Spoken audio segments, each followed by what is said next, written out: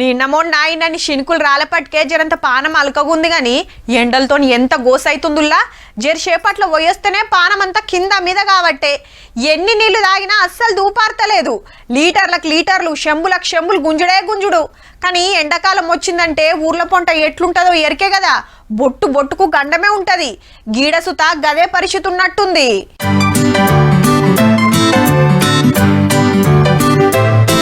బండి వెనక బండి కట్టుకొని పోతున్నది నీళ్ళ వేటకే.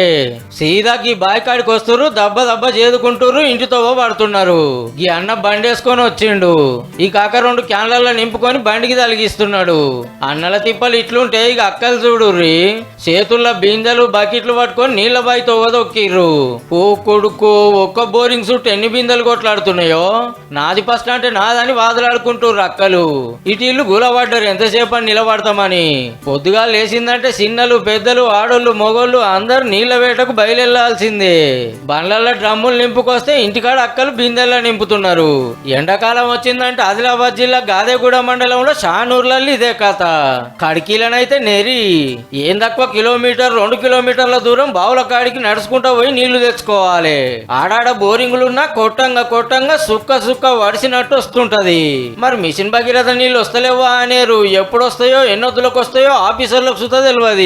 తాగడానికి ఇంకా స్నానం చేయడానికి ఏమైనా చేయడానికి బాగా ఇబ్బంది అవుతుంది. వేరే ఊర్ల నుంచి తీసుకొస్తారు. బాయి కాడికి పోడు జరంత ఆలస్యమైందంటే ఆ రోజు పని సున్నట్టే.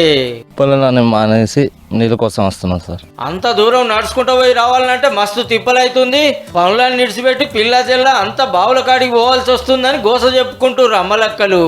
ప్రభుత్వాలు కొంచెం మాకు కూడా ఇలాంటి బోర్వెల్స్ కానీ కొన్ని నీటి బావులు కానీ అవి చేపిస్తే మాకు కూడా మంచిదని. ఎన్నో ప్రభుత్వం వచ్చి రాసి కొండపోతే కూడా ఇస్తలేదు. కలెక్టర్ కు చెప్పుకున్నా ఎమ్మెల్యే తానికి పోయినా అస్సలు పట్టించుకుంటలేరట.